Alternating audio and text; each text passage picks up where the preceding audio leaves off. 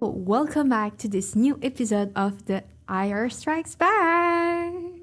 So today, if I say demon, idol, and Korea, what do you think? Soda pop! So today we're talking about K-pop demon hunters. You might believe that there are no geopolitics in this fabulous movie and that we are analyzing this because it's popular.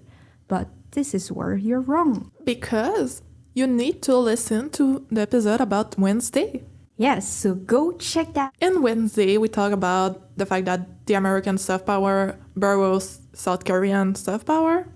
And that's still the case here. A soft power that the interaction is decreasing is using another soft power to sustain themselves to the same popularity. Here, K-pop demon hunters is exactly that. We're not saying that we don't love this movie. Don't get us wrong. But this movie is still the idea that the US are using currents of power to better sustain their cultural influence and attraction. Why? Maybe that's because the American soft power is now weakened. Yes, it's weakened like the old moon was weakened by the boys' crew. So, this movie is all about politics. Not the movie itself, but the context of the movie. So, in the first few minutes, we introduce the different members of the entrées. Mira is introduced as being able to pull off a sleeping bag on the red carpet of the Met Gala. But why does she need to go to the US to be called successful? Yes, couldn't she be a model on the catwalk at Seoul? I mean, there's still big group in South Korea who are not known in America, but they are still considered like superstar. So the fact that the producer Netflix need to tell that this group, the Untrack, are popular because they went to the Met Gala, want to show the world that the US is still big and have a big influence. And even if the writers that worked for years on the movie didn't intend to really serve an American soft power, the fact that the Koreans still believes that being big means being invited to events in the US. For example, we have Stray Kids that was invited to the Met Gala. And we know how it ended up, but they were still invited. And that's a testimony that they're big. Or, for example, they were invited to an American award show where they perform a famous choreography Bye Bye from Backstreet Boys. Backstreet Boy. And they perform Chick Chick Boom. So being big means managing to go to the international, basically the US. But the US isn't the only country. They can go to Canada, but they didn't show that movie. Yeah, they represent the international and being successful by reaching the US, but they could also go to France. With the Fashion Week, for example. Yes, why choose the Met Gala? The Fashion Week is notable for their K-pop idol who came there years after collaboration. Like a testimony of success could also be being an ambassador of famous brands. Most of them are from Europe and a big part are from France. So, for example, Felix from Stray Kids is the ambassador for Louis Vuitton. So, why did they choose the Met Gala specifically? Okay, we need to underline the fact that their lyrics are mainly in English. Yes, it was probably a choice by Netflix because they wanted the film to be in English and not in Korean, but for the songs, we know that they asked K-pop artists to sing it. So why couldn't they make more songs in Korean? Why make it in English? Yeah, because the original songs are mainly in English. Even though they translated like 100% in Korean or in French, the original one is still mainly in English, even though the normal K-pop songs are mainly in Korean. Yes. So if it's a movie about K-pop idols in South Korea, from the snacks, from the display of the buildings and from the streets, how it's organized, we can clearly understand that it's in Seoul or at least in South Korea. So why not in Korean? Because it serves the Americans of power more than the Koreans of power in this case, because the main producer is Netflix. Don't forget that not only they want to adapt it in musical theater and they will present it in movies theaters. It's more a Western thing to adapt original piece into musicals. It's not common in South Korea. It will be adapted in a theater piece, but not in a musical. That's very Broadway, that's very American. So it's clear for us that even if this movie might in appearance reinforce only the Koreans of power, in fact, it enhances also a lot the Americans of power. Regarding the songs, they are very, very popular at this moment. Untrick is, number one in the Billboard. Yes, and it's not even a real group. Can you imagine that? It went beyond the streaming views of BTS and Blackpink.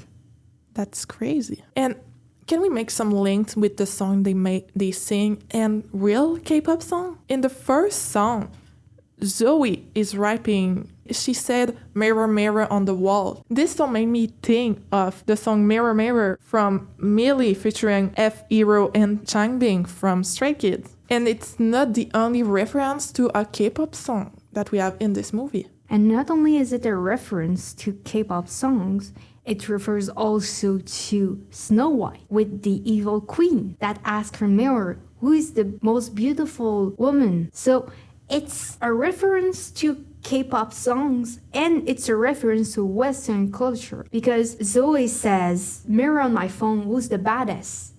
Who's the most beautiful?" So she changes the way that it's phrased, but the idea is to do a double reference. So it illustrates also how it's a mix of Americans of power and Koreans of power at once. Also, they represent the Korean culture with the light stick at the big show, like in real life.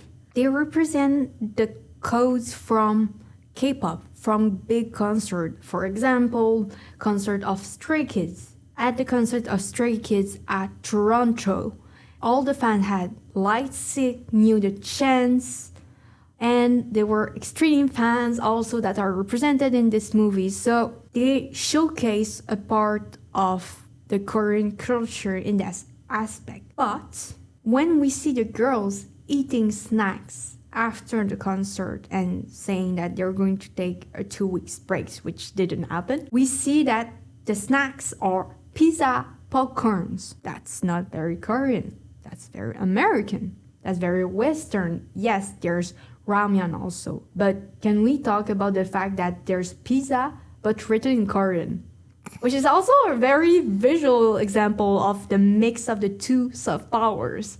We forget it, but it's so obvious that we didn't talk about it, but Zoe is half Korean, half American. It's representative of the reality in many K-pop groups. There's a lot of members which are said to be foreigners. Let's say that they're Korean that were raised abroad. So, for example, Banchan was raised in Australia, so he's considered foreigner, but his ethnicity is still Korean. So Zoe, it's the same thing. She was raised in the US, and then she came back to South Korea to become an idol. Present her like a big successful artist, but the majority of K-pop groups are formed by Korean and not foreigner. And this group has only 3 members, and they put one who is half-half. Yes, which is rather rare. And it's also interesting to note that the rap of Zoe is very well praised in her introduction. It says that her notebooks are full of ideas. Her creativity in making lyrics is also celebrated. And we underline a lot that she was raised in the US. So indirectly, they're saying that creativity is from her experience abroad. from the fact that she was raised in the US. And the US is also the birthplace of rap. So the fact that Zoe's rap is very well praised is also coming from the fact that she was raised in the US, in a culture where rap is important, where it was born, where many communities are born with some kind of instinctive musical senses in the rap culture. Because the rap emerged from Afro-American community in the US. So the rap of Zoe is very westernized compared to the rap of Blackpink. So once again, we're fueling American soft power with the idea of Korean soft power. So to conclude this, it's clear that American soft power is celebrated throughout this movie, even if it's based off Korean soft power at first glance. It's not the case. At the ending, there's something very un-Korean that happens, because the ending is the Untrix members that accept themselves as they are. But in South Korea, I'm sorry to say so, but the industry is focused as representing K-pop idols as products. So they try to uniform a certain image around the idols, and the flaws are not to be seen. Like even Stray Kids, there's one time where Banchang tried to voice an opinion regarding a certain situation with younger groups that didn't really respect the fact that they were the eldest.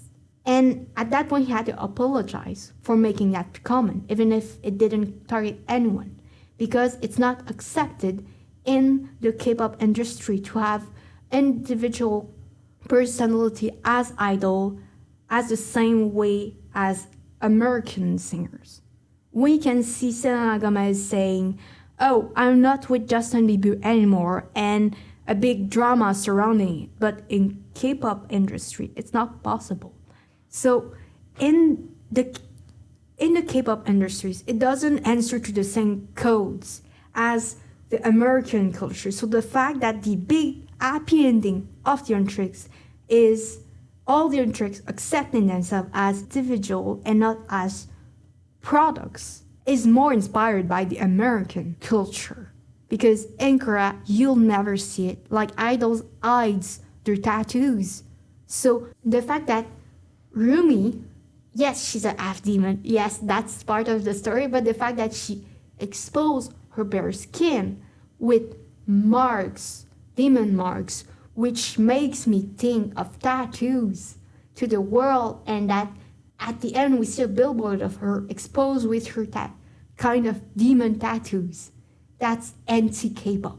Yeah, just Han from the group Stray Kid want to present the world his tattoo, but he can't. In one of his show, ask them, like he was referring to his company management, because he want to show the world, but his team manager doesn't want. So it's impossible that Romy could just say, "Hey, I'm half demon, I'm mega popular, and I have tattoos." Yeah.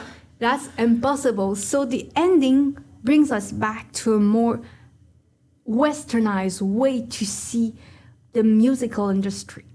And also, there's the fact that the manager, Bobby, is very lean back in the management of the Untrix.